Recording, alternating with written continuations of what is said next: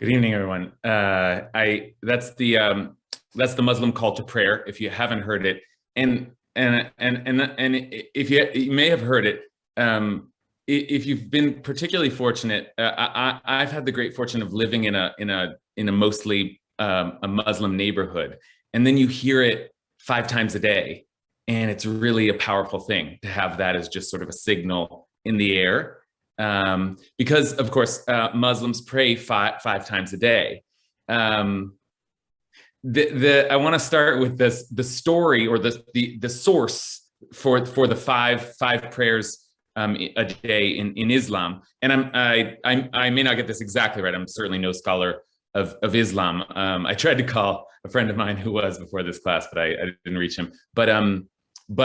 But as far as I've heard this many times, and as far as I understand, the story is in the Quran briefly, but then is elaborated in what's called the Hadith, which I think is a little bit like our Talmud. But anyway, the story goes that Muhammad was sleeping one night in Mecca and was awakened by the angel Gabriel or Jibril, and was taken. And this is like one of the great ascensions, taken to Jerusalem, which is part of why the Al-Aqsa, the Temple Mount, is so holy to Muslims, was taken there. And then from there ascended to heaven, but ascended through the 7 levels of heaven, which is that's a common idea in the ancient Near East, the seven levels of heaven. And along the way, Muhammad encounters many of the great prophets, including some of our faves, like and Moses is at the 6th level. Actually, Abraham is at the top, right? Because we all come from Abraham.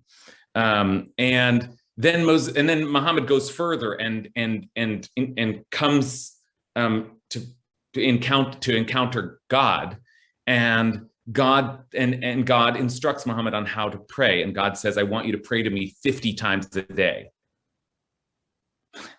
50 times a day. So Muhammad goes back down, and I guess he's like saying bye to his friends, teachers, Abraham, and then he gets to Moses. He's like, "Oh, I'm going to go back down and tell them they have to pray 50 times a day." And then Moses says, No, brother, listen, I've been doing this for a long time. There's no way that the people are going to be able to pray 50 times a day." Which I just, and then so Muhammad's like, maybe you're right, and goes back up to God and gets God to agree to 40. Goes back down. Moses is like, wait, so what do you say now? 40. No. Go back up. Sends a 30, 20, 10. Moses keeps saying, it's not going to happen. People can't believe me. I know people. I've led people before. I've done your job. And finally goes up, and God agrees to 5 prayers a day. And Muhammad's coming down. And Moses says, no, that's still too much. And Muhammad at this point says, listen, brother, I would be embarrassed to ask for, this was God's final offer. I would be embarrassed to ask for anything less. So it's a great story because both I recount the story as a tribute to Islam because they have outdone us, but also it's such a great illustration actually of Moses and the people of Israel who are difficult and can't seem to get their act together. And 3 is too much for us. Sometimes it feels like, but that story is in part an accurate depiction of the fact that Muslims have a prayer 5 times a day as a kind of standard, and we have them 3 times a day. So that's the first fact of the class. If that's the source for 5 times a day. So what's the source for 3 times a day? So why do we 3 times a day? I want you to think about that for a while. We're going to go and look at that source tonight. We're going to try and figure out why do we pray 3 times a day. But I want us to think about it both in terms of a source, but also, I don't know, is that a good amount of times to pray? Is that should it have been 5, or should it really be 1 or 2? What's a good solid number of prayers?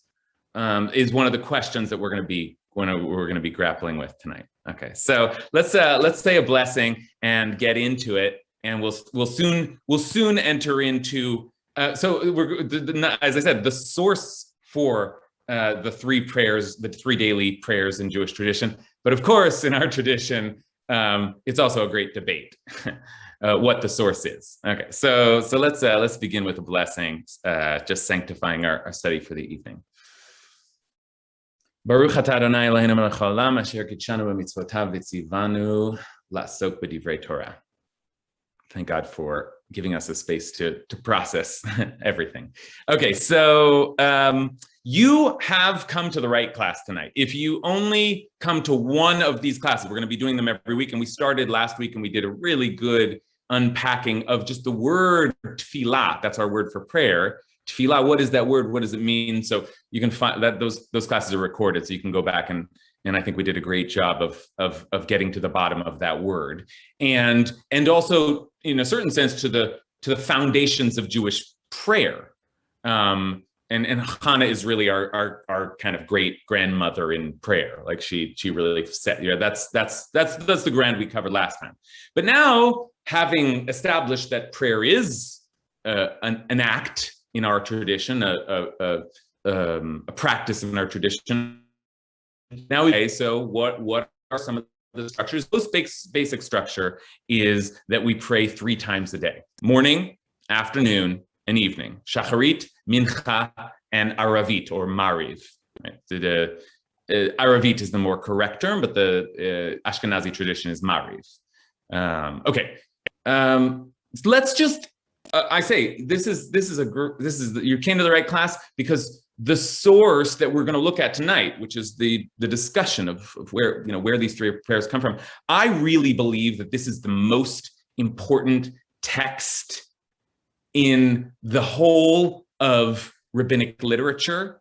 And the rabbis are the people sort of put together our prayers. This is the core text. If I only had one text to share with you throughout this whole class, this is the text that I would share with you. So you came on the right, Nate. And I think it just, even the first couple of lines already cracks open what I think is one of the central tensions in Jewish prayer. I started last week saying that Jewish prayer has a lot of tensions in it. This, I think, is one of the central tensions. That is, this is not just the source for the 3 prayers, but it is really a deep investigation into the question of why we pray at all. Okay, so without further ado, let's take a look at our source tonight. We're only going to look at one, although rather extensive, passage in the Talmud. But as I said, just the first few lines is already going to give us quite a lot to chew on. Okay, so let's take a look. Here's a source sheet if you wish, and I'll of course share on my screen as well. Okay, so this comes from the first tractate of the Talmud, which is tractate Brachot, and the first tractate of the Talmud actually is the one in which many of the prayer laws are hashed out. We saw some of them just last week, just the beginning of a sense of how the rabbis build prayers, when we saw the rabbis scrutinizing the Hannah story and extracting from it laws, principles like, oh, when you say the Amidah, you say it silently. The Amidah is the standing silent prayer. Principles like you have to articulate the words with your lips, even though you're quiet. You have to. Principles like you can't pray while you're drunk. All these the rabbis mined the Hannah story for cues on how to pray. Okay, so the rabbis are the people, and this will be important. I guess I'll just say this before. The rabbis are the movement that emerged after the destruction of the Great Temple in Jerusalem in the year 70 of the Common Era. And these are the folks that gave us the Talmud. These are the folks that responded to that great destruction by saying, in a sense, we can create a new way to practice this religion, and it'll be through study of the Torah, through study of the text. It's a little bit from temple to text, but as you'll soon see, the temple is never entirely left behind, and that's part of the point. So let's just take a look. I could just keep rambling, but let's actually take a look at this source here. Okay, so I shared it with you already. Okay, so let's take a look, and I will open this conversation up very quickly as soon as we see this initial debate. So the only thing I want to say is, where are we in the Talmud? Well, we're in the middle of a discussion around the times for prayer. Like, what are the appropriate times? When do you pray the afternoon prayer? When can you pray? What is the afternoon? And the rabbis, the majority opinion, the rabbis keep fighting with one of the rabbis, Rabbi Yehuda, over the time for prayer. No, Rabbi Yehuda says you can't do it that long. You can only do it up until a certain hour. That's sort of what's going on in the Talmud. And nobody quite understands why Rabbi Yehuda is disagreeing. What is it? Where is Rabbi Yehuda coming from? So what this is on a kind of technical level is the Talmud's attempt to get to the bottom of what is this disagreement? Why does Rabbi Yehuda have a different idea about when you can pray? And it turns out, the Talmud suggests, that this debate is rooted in a deeper debate. Okay, so let's take a look here. Okay, so it has been stated, it was taught. Rabbi Yossi bar Rabbi Chanina Amar, Rabbi Yossi ben Chanina said the prayers were instituted by the patriarchs. Tfilot avot tiknum. Okay, that's one important phrase for us. Tfilot avot tiknum.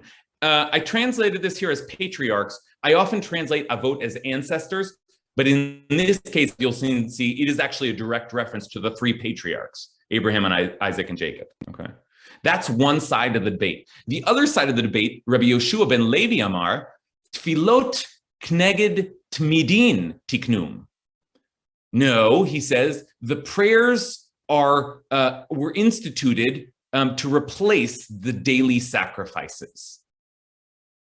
I just said that the great temple was destroyed in the year 70. In that temple, there were sacrifices every day. Some of them were voluntary that people would bring on behalf of themselves or their family because they had transgressed in a particular way. But there were also daily sacrifices every single day.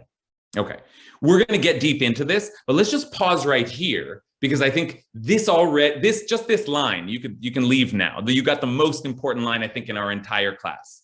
Tfilot avot tiknum, the ancestors, the patriarchs, establish the prayers, or no, the prayers were instituted to replace the sacrifices which once took place in the temple.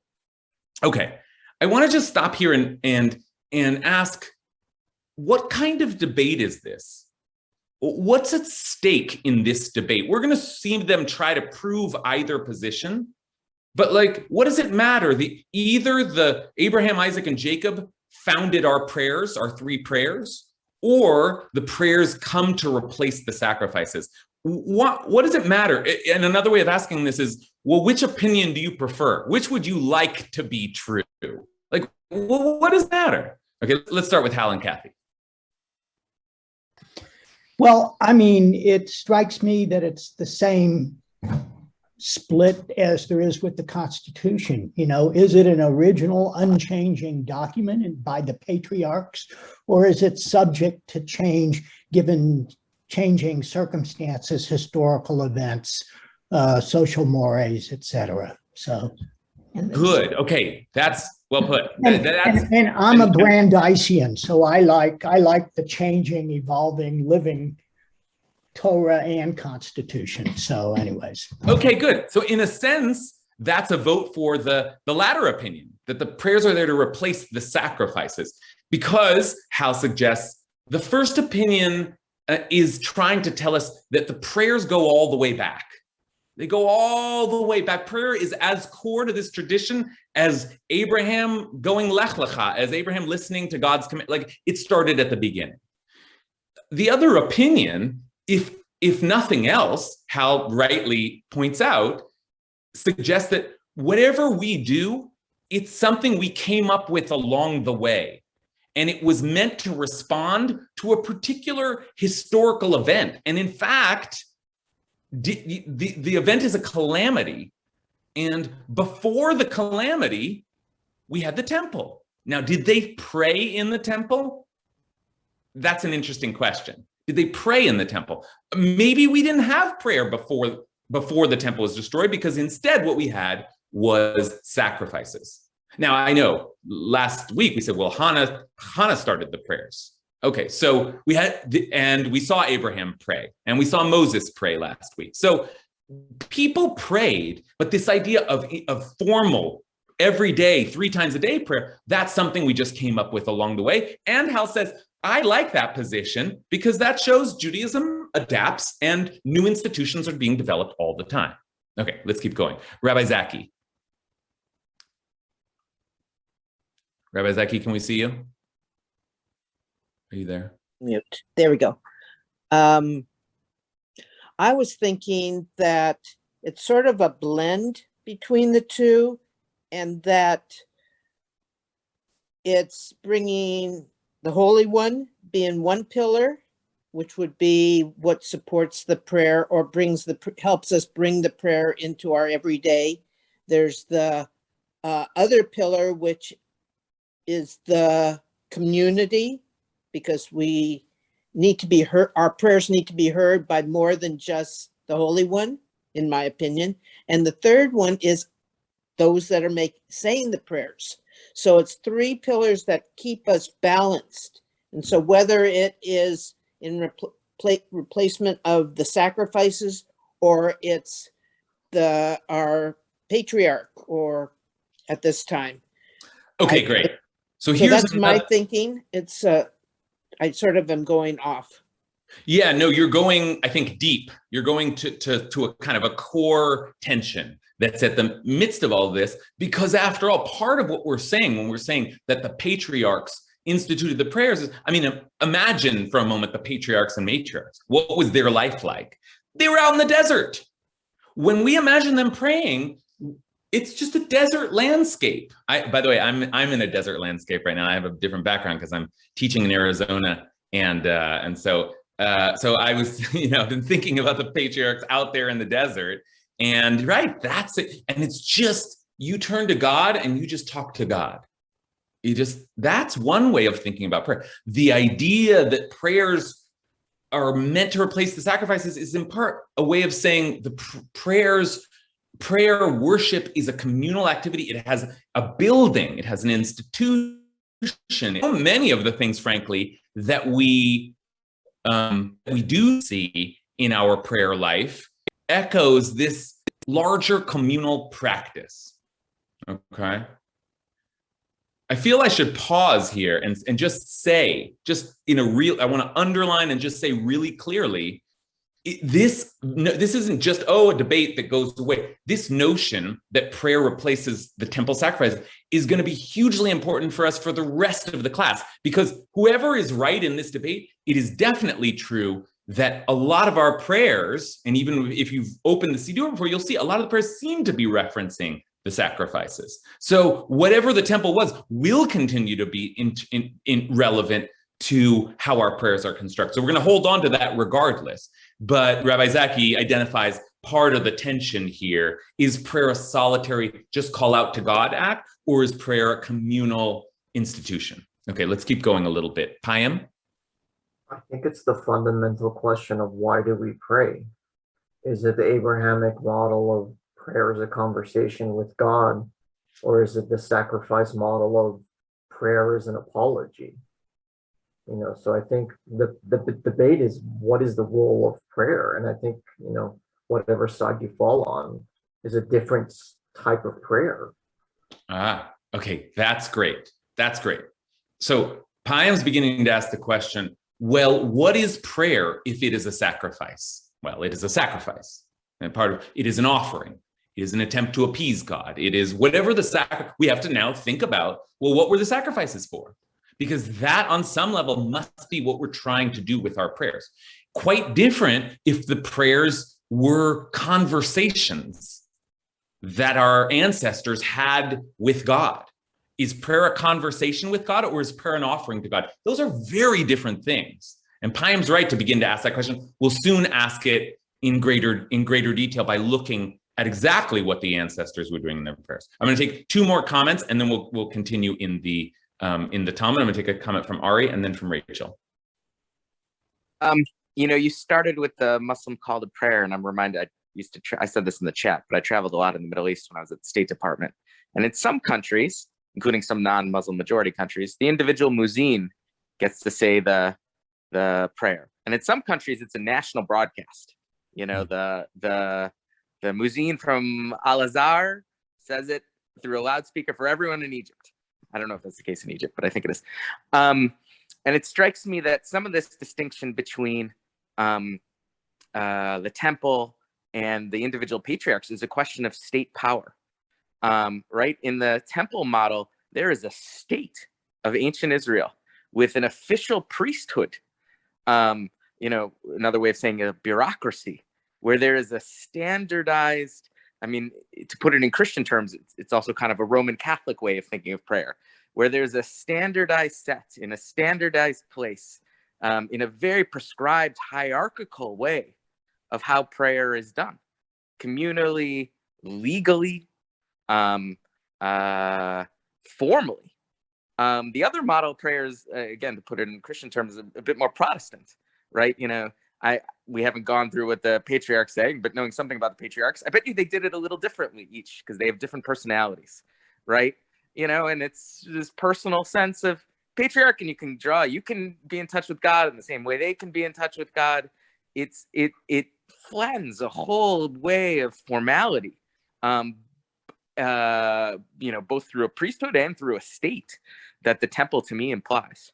Okay, beautifully said. You said so much that is helpful. I want to focus especially on the emphasis you give to the formalistic, legalistic, ritualized, intensely ritualized, structured prayer that the temple service implies. And that's exactly right. In a way, you're building on Rabbi Zaki's earlier comment. There's the personal and the communal. That's right. It's also true that in the personal, as you suggest, okay, so this is my soul. I'm talking to God. This is my prayer. This is the way I do it. The temple was an incredibly ritualized place. The central book of the Torah is the book of the temple rites and rituals, Leviticus. And it's the most detail oriented. You have to do it just this way, and you have to kill the animal just this way, and you have to the right corner of the altar and this amount, and it's all very regimented. And Ari's right that then implies that our prayer life will be, and it is. It is. I mean, that's one of the things that we struggle with, I think, in our prayer, is how regimented, how exact it is, how you have to do exactly this at exactly the right time. And so, as again, I ask the question, which of these models do you prefer? One of them carries with it the weight of prescription and exactitude. And the other one seems to be a little more individualized. Okay. All right, Rachel McKay-Steele. Nice to see you, Rachel. It's been a while. Hi, it has.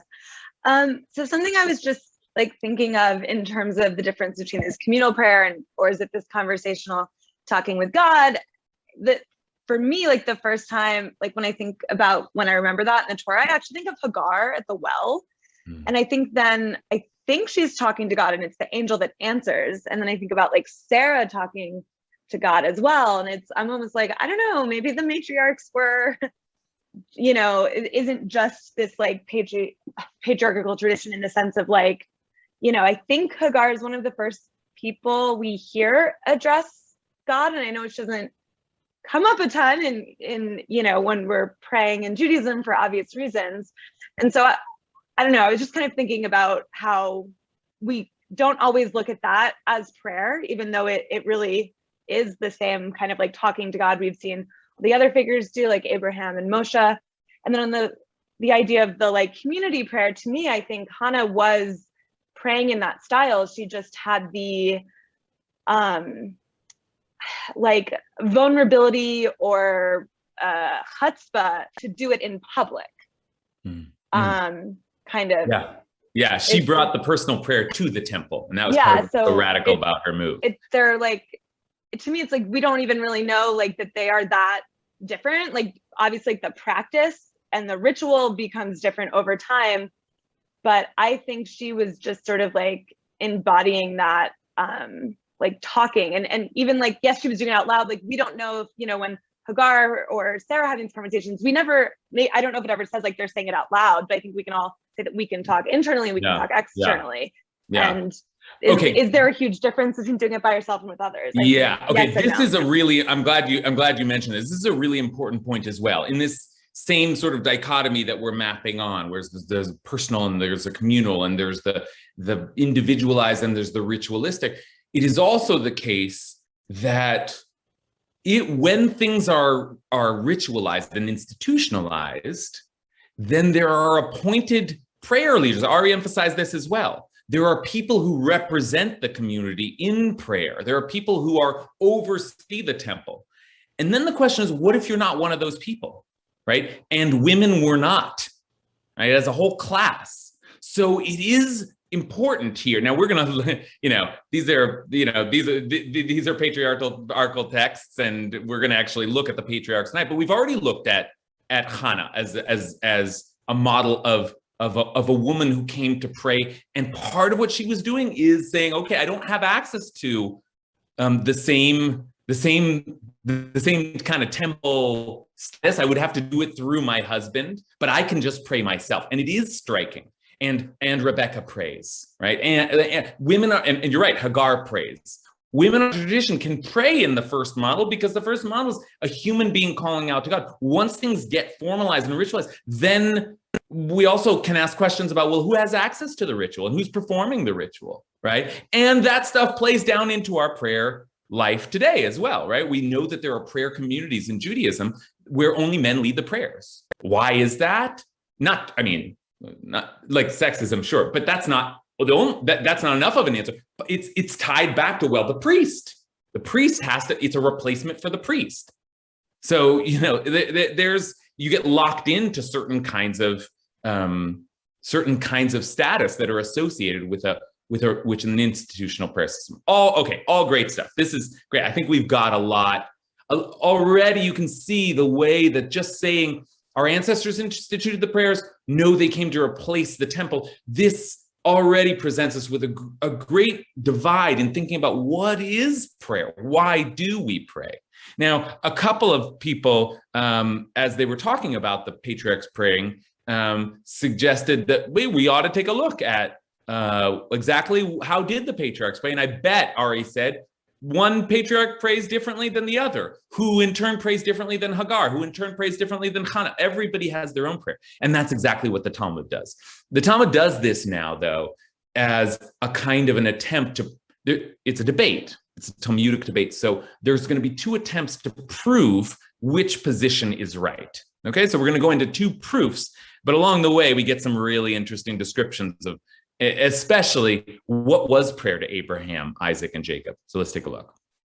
So there is an earlier teaching, Tanya. In other words, this is a later generation of rabbis who are kind of unearthing this debate, but they don't have any proof for it. So they go back to an earlier generation of rabbis who have a whole canon of teachings, and they're going to try and marshal some of these teachings to prove one position or the other. So there's an earlier teaching that corresponds with Rabbi Yossi ben Chanina, who said the prayers were instituted by the patriarchs, and there is a teaching that corresponds with Rabbi Yeshua ben Levi, who said that the prayers were instituted to replace the sacrifices. Okay, this is the teaching that corresponds with Rabbi Yossi ben Chanina. This is the patriarchs, the proof for the Avot instituted the prayers. Okay. And they've got one for each three of the prayers. So they do it, they're not just saying, oh, they used to pray. They're saying each one of them is responsible for giving us one of the prayers, right? So it's gone from just a general idea to now you actually imagining Abraham coming up with the idea of the morning prayer. Abraham instituted the morning prayer as it says in Genesis 18:12. Vayashkem Avram baboker al makom asher amad sham. Abraham got up early in the morning to the place where he had stood. And standing refers to prayer. As it says in Psalms 106, then Pinchas stood up and prayed. V'yamod Pinchas v'yifalel. Okay, just to be clear here, it doesn't say Abraham prayed, it says he got up and stood. And then they have another text that shows someone else that got up and stood and prayed. Now, just to be clear, now this is what's called midrash. Midrash, it's the classic mode of rabbinic interpretation. Just to be clear on what is happening here. Why do they need the second text? You just told me Abraham got up and stood. Why do they need another verse that proves that that was prayer? That's sort of a, I'm sort of asking the question. Yeah, Richard, you want to help us out? Richard always helps us out. Yes, it seems that it's like they looked for another source in the Torah or in the writings that would substantiate their decision that Abraham's having stood means having prayed. I think it's called a Gezerah Shava. Yes, good, Richard, beautiful stuff. So the Gezerah Shava, meaning the linking of two words, is the linking of Abraham standing and Pinchas standing. But Richard's right, they had to go fishing for another line because it isn't clear from the Abraham verse that he was praying. It doesn't say he prayed. And in fact, we saw another verse last week that says Abraham prayed for something. So this is their text, that shows the Abraham. And remember, he also got up in the morning, so it's the morning prayer, and he stood where he had stood before. It also seems to be, that's this language of where he had stood before seems to be, oh, he had a practice. He came up every morning and stood.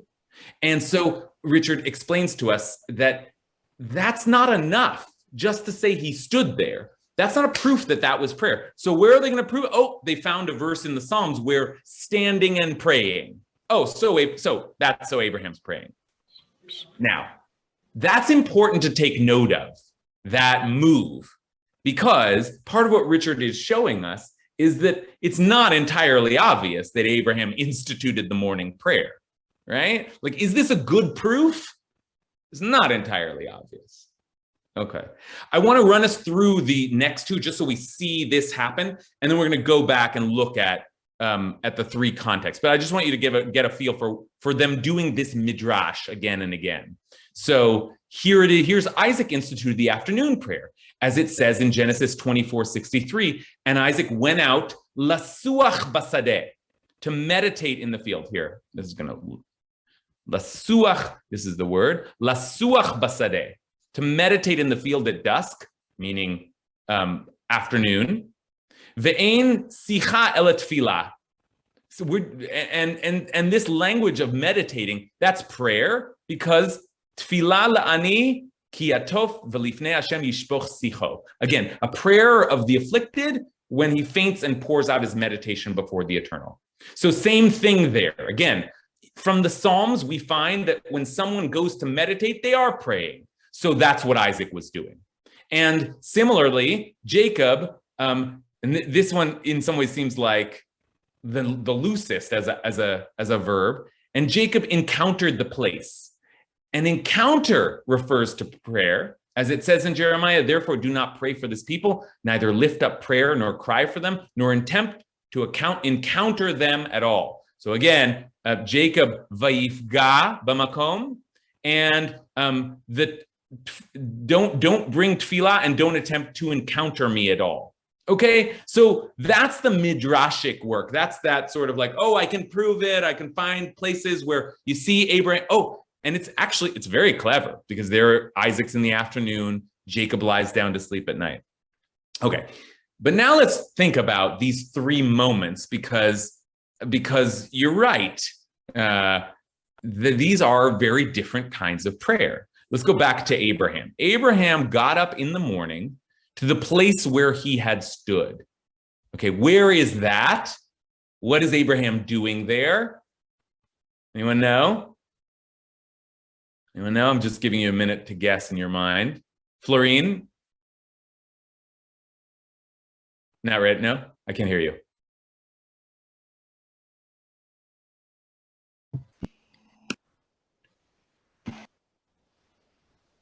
Can't hear you.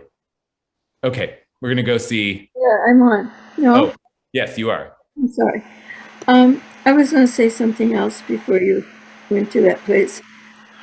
Seems to me it's a giant stew of the levels of reality and emotions that one goes through when one prays.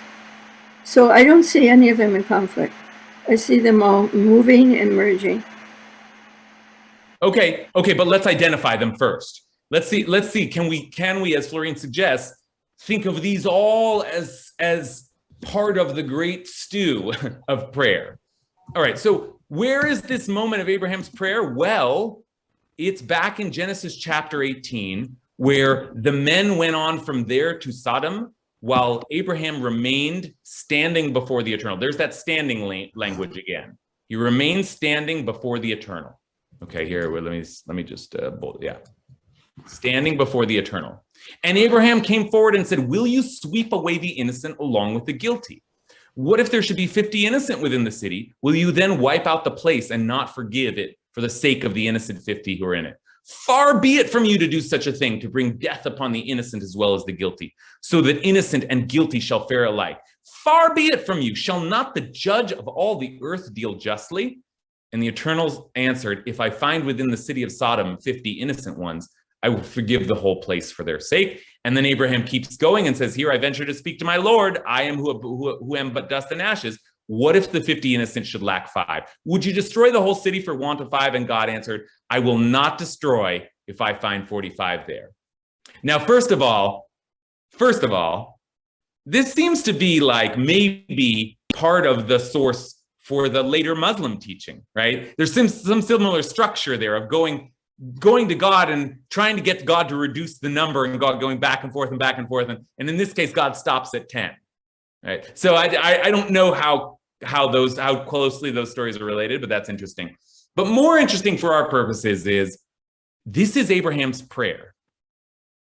So what is prayer in this model, right? Like, what does it mean to pray like Abraham?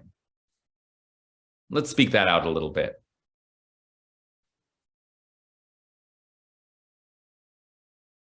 What is Abraham doing? Alexandra? Thank you for asking that question, because the rabbinic codifying of prayers really is tough for me to hear. But the praying from the heart, speaking your mind, talking to God, and that, I believe, that's in the Torah over and over and over. Moshe does that. He doesn't go to a book and he doesn't say, oh, my sister is suddenly afflicted. Like, what are the words? What are the right words? He says from his heart, like, immediately, God, please heal her. And that's what Abraham is doing. He's speaking to God from his heart. And that is the model of prayer that the Torah gives us. And so I find it challenging to hear all the codifying and the rules and the regulations that the rabbis have put on it, because it's very clear in the Torah that prayer is from the heart. Excellent. Okay, two important things that Alexandra's saying. One, returning to my opening question, Alexandra's saying, yeah, I prefer the individual model.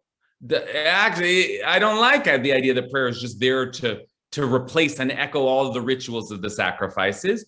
Prayer, the highest form of prayer, the one that Alexandra wants us to have access to, is the one that anyone can turn to God and just start talking from the heart.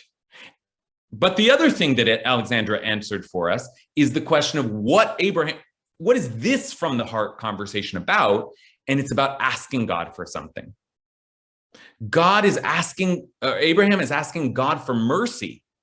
Have mercy on these people, forgive these people. Or maybe you might say differently. Abraham is asking God for justice, maybe not mercy. Do the right thing. Don't kill innocent people. Right? Just as Alexander said, Moses asked God, in this case, maybe mercy, maybe don't, like, heal my sister. Heal my sister. In other words, one model of prayer is that prayer is the place where you turn to God, and you've got something that you feel like is not good in the world. And you turn to God and you say, God, change this, do something about this, or don't do something about this, or I want to see your power in the world. I need something from you. We're hurting down here. I request from you the following. That's one mode of prayer. That's one mode of prayer. Okay, let's throw a couple of others now into the mix. Let's look at the next one. Isaac. Where is Isaac? Well, we don't need as much context here. We read a huge passage for Abraham, but Isaac had just come back from the vicinity of Beer Lachairoi, for he was settled in the region of the Negev, and Isaac went out to meditate in the field towards evening. And looking up, he saw camels approaching. So what's that prayer? And how is that different from Abraham's prayer? And a little more context there. Isaac has just lost his mother. Isaac has not long previously in our story almost been killed by his father, right? And in this moment, the ellipses there leads to Isaac looking up. Who's on those camels? His wife-to-be, Rebecca, right? But Isaac is not asking for anything in the field. Isaac is just meditating, ruminating, talking to himself, just out there alone in the. This is a different model. If Abraham was demanding justice from God, what is Isaac doing out there? And what kind of prayer is this? Okay, give a chance for new hands to be raised, folks who haven't spoken before. If you haven't spoken before, you go straight to the front of the line. Susan? It seems that he is thinking about what's happening and cogitating on the day, like some of the modern Jewish prayer where people will take a phrase and just ruminate and think about it, or other forms of meditation. It's a very calm, sounds and feels like a very calm act till he looks up and sees his wife to be. Yeah. It's Meditation, a passive form of prayer. There's something calm, there's something passive. Meditation is a good word here. It can be translated in a lot of ways, but I like this idea because, there's a question. Are prayer and meditation the same thing? Do they exist in the same realm? Obviously, there are different practices, but there are different also ways of using the word meditation. And in this case, the rabbis are seeing meditation as a kind of prayer, just being out there and reflecting over and over, as Susan suggests, to take one word and think about it again and again. Or maybe he was out there thinking about it, about the sorrow he felt over his mother's death. Or maybe he was out there thinking about, why did my father do that to me? Why did my father do that to me? Or maybe he was just listening to the rustling of the grass in the field and trying to hear something, trying to discover, trying to understand, trying to find some hope in his life. And when he looks up and sees his wife, he does find it. And it's as if in his meditation, he did discover his answers, but not by asking for them, just by reflecting on them. Okay? That's a different mode of prayer. Okay? Let's take a look at one more mode. Let's look at the Jacob mode, because it is really, this is a midrash. And we've already said, boy, it feels a little constructed. It feels like, boy, they're trying to tie it all. Do they really, is this a good proof? But there is one more example, and it gives us yet another image or illustration of what prayer can be. And this one comes from this week's Torah portion, Parshat Vayetze, okay? And this is the beginning of Parshat Vayetze. And remember, the word there was encounter. And here's the encounter. Jacob left Beersheba and set out for Haran. He came upon I translate it as an encounter. He came upon, Vayifga, he encountered a certain place and stopped there for the night, for the sun had set. Taking one of the stones of that place, he put it under his head and lay down in that place. And he had a dream, Vayachalom, Vayhine sulam mutzav arza, and a stairway was set on the ground, and or a ladder, and its top reached up to the sky, and angels of God were going up and down on it. And the Eternal was standing beside him, and God said, I am the Eternal, the God of your father Abraham and the God of Isaac. The ground on which you are lying, I will assign to you and your offspring. Now, that's different too, right? What kind of prayer is this? First of all, it happens in a dream, right? So let's give some articulation of that. Leah, can you help us out? Yeah, I'm looking at the 3 morning, afternoon, and evening. It seems to me that Abraham is on behalf of the people of Sodom going into deep negotiation, putting his tochas on the line for other people. Isaac is meditating, which often is misperceived as passive, but meditation is not passive at all. I think he's saying what happened, what's happening right now, what happened to me in the past, and what is going to happen in the future. He's taking it all in.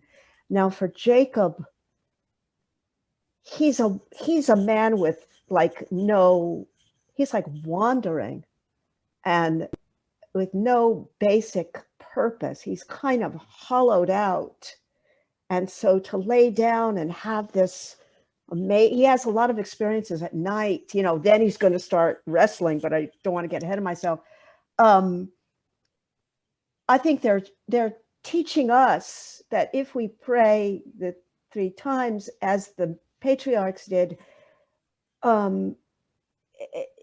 we can get right up against it. I don't know what I'm saying, but this is the best I can do. You did great. You did great. That's very helpful because first of all, I want to pick up on your language for describing Jacob as a man of visions, mystic visions. And, you know, you started to go there and then held yourself back, but I'll go there for you. He then has this another nighttime vision where he wrestles with an angel on Jacob. And it's at night, right? Jacob has those sort of mysterious, I'm actually in the presence of God. I can see things nobody else can see. Like Jacob's having that kind of prayer.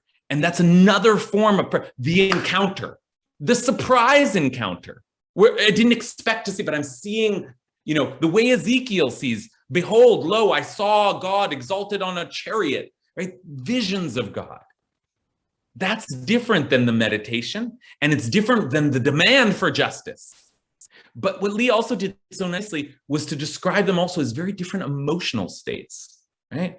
Abraham is bold, right? Isaac is, as Susan described, calm and maybe in great sorrow, processing, mourning. That's a place of prayer too. And Jacob is sort of like on a great adventure out in the world, unformed, looking for the answer, looking for the truth, and finding spiritual elevation. I mean, there's something very exciting about his prayers. And part of what Leah's suggesting is that all of these things are possible to us in prayer. All of these states of being are available to us in prayer. And part of what this ancestors model suggests is that, as Alexandra was saying, as Ari was saying, as many of you have said, prayer, if it's individual, then it may be many different things. Many different kinds of prayer experience are possible. The exaltation, the meditation, the joy, the agony, the direct conversation, or the mystic vision. All of these things are possible in the individual prayer. Okay, we have not long left, so let's move now to the other side of the debate. I think that that's the funnest part of this passage in the Talmud, is really seeing where they located in the 3 moments of prayer. But then we have this whole other side of the debate, which is that it's there to replace the sacrifices. What's the proof for that? Okay, so let's take a look. And I think Alexandra will not be happy with this. But let's take a look at the proof we're going to go back into the Talmud here. Okay, and this is the teaching that corresponds with Rabbi Yeshua ben Levi. Why did they say that the morning prayer could be said until noon? Oh, this is, in other words, the teaching begins.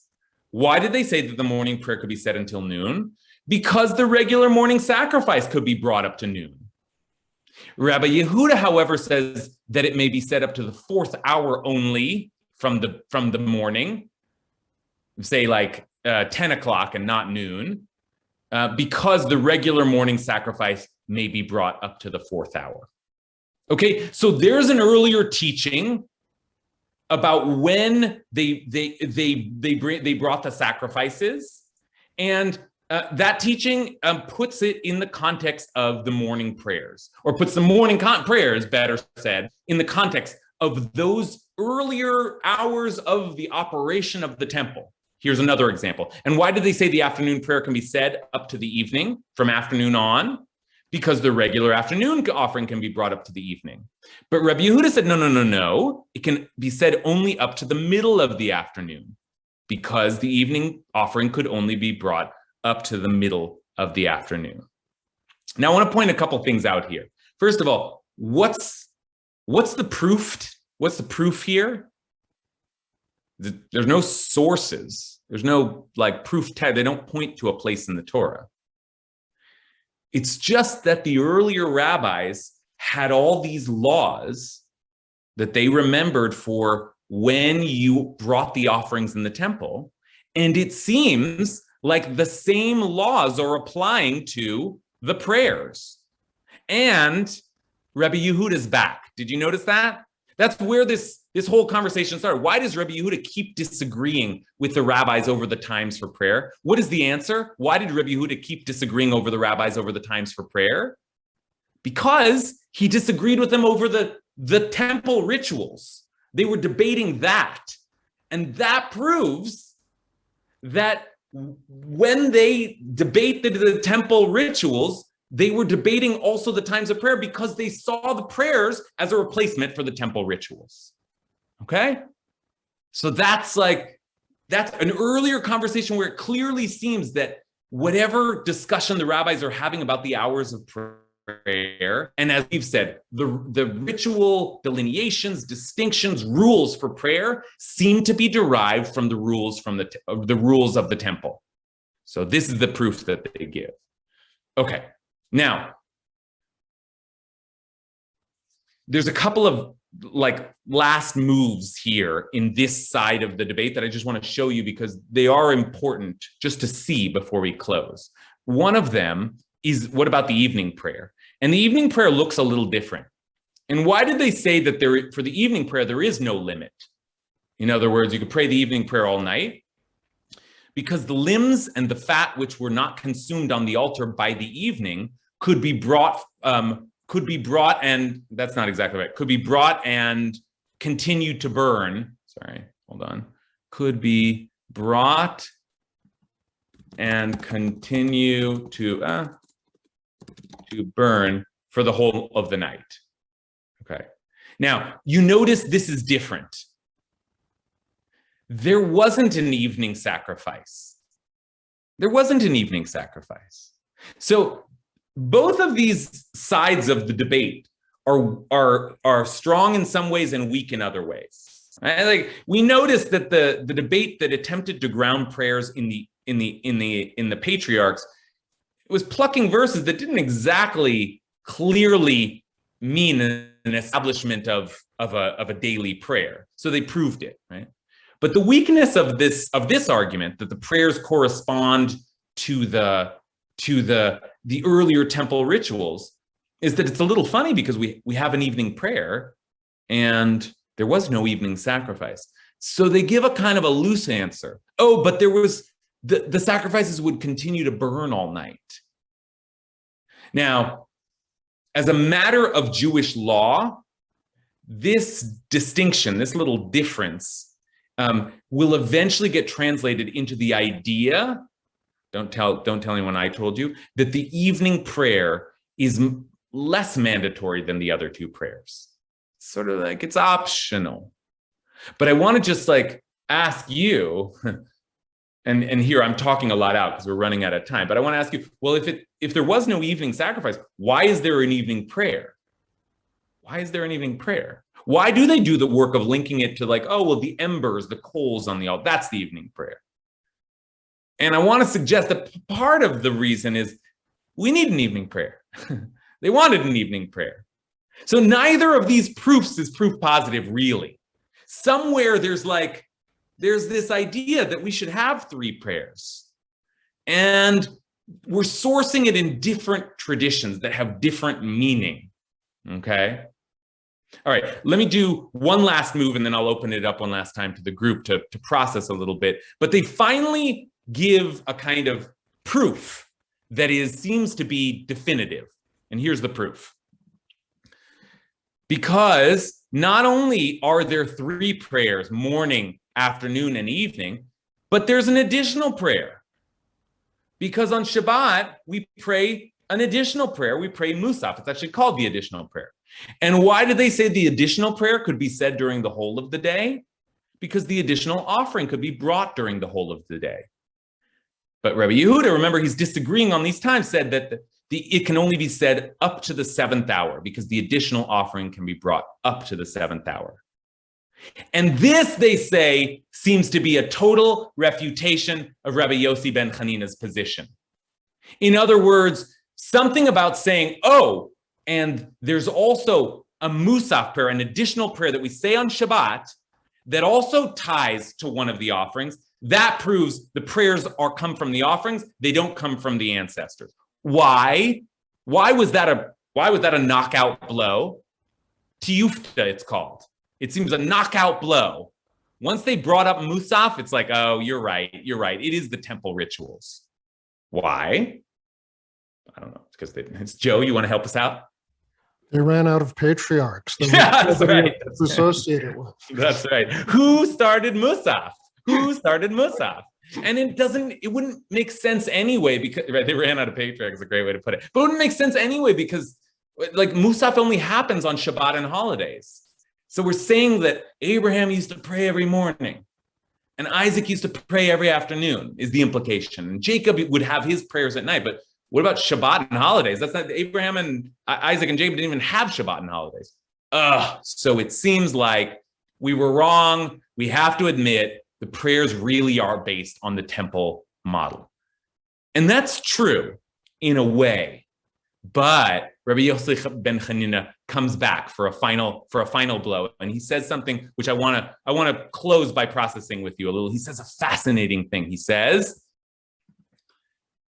well, but Rabbi Yosef ben Chanina responded, and he said to this, I can still maintain that the patriarchs instituted the prayers. They started them. But later, the rabbis came and matched them up with the offerings. Right. And then they say, yeah, because otherwise you can't account for the Musaf prayer. So it must be that the patriarchs instituted the prayers and then the rabbis came and matched them up with the offerings. Okay, so that's as much of a resolution as we get, is that there's a kind of a third position now that Rabbi Yossi ben Chanina is forced to offer, which is, no, the patriarchs did start prayer and prayer always existed. But at a certain point, the rabbis figured, okay, let's take the Abraham prayer and we'll use it to match that up with the morning offering. We'll take the eyes, So now we'll close with this. What is this third model? What does this mean? What is this hybrid, this resolution to the debate that actually the prayers were instituted by our ancestors, but then later they were adapted to replace the temple? Let's hear a little bit, like how does that resolve, or how does that present us with a new vision of what our prayer life is? So let's turn now to Kathy. I think it's interesting, these two different models, and I do think that they come together or can come together ultimately. I guess I start out with the sacrifice model, because that always it's not very appealing, because it's all these rules and it's all this, gross dead animals and blood and all that kind of stuff. But if we think about the prayers actually replacing sacrifice, then it's like all of the rules and the care and the looking for blemishes and the whole thing. If we actually did that with our prayers, if we actually treated our words as carefully and as sacrifices, it kind of adds a personal dimension to it that I think can, at least for me, kind of pull it together. And a kind of a rigor, a kind of care, a kind of precision that actually maybe is valuable. And this seems to be, in the end, maybe the best way to think about what the rabbis are up to as they institute these 3 daily prayers, which they don't have a totally solid proof for in either system. It seems like what they're doing with the temple fallen, the great disaster of Jewish history up to that point, is they're doing both things at once. And Parsha, as Kathy said so rightly, they're sort of, on one hand, they are replacing the sacrifices. That means both things. It means, on the one hand, honoring the temple system that meant everything to their people and was just, imagine like the White House and the Pentagon and the Vatican and the Supreme Court, all of it to get just destroyed, like the major institution of society destroyed. And they felt they had to address that. That was lost, and they wanted to preserve not just a feeling of the sanctity of that, but also a lot of the good seriousness and rigor and ritual that they knew from that system. But maybe they didn't really want blood sacrifice anymore. Mm-hmm. Maybe what they wanted, They looked back at Abraham, Isaac, and Jacob. They looked back at Hannah and Hagar, and they thought, these people, that's what it is.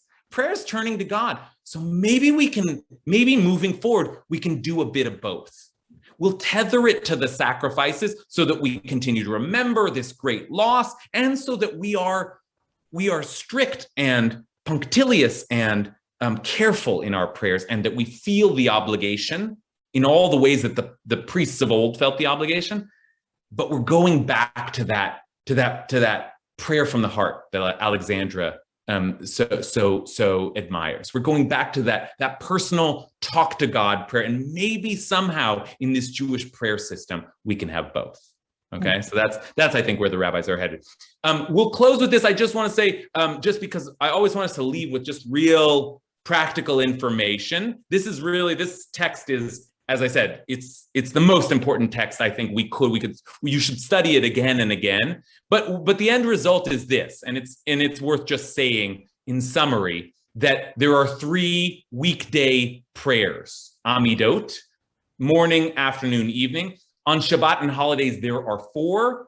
And then on Yom Kippur, there are 5.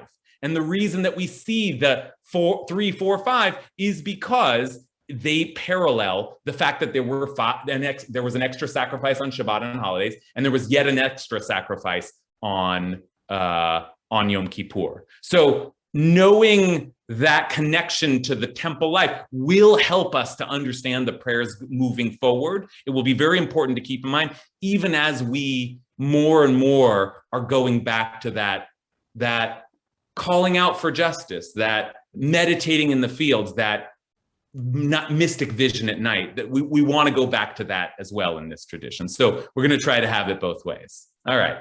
I will see you next week, and we'll continue our investigation. Good to see you all tonight.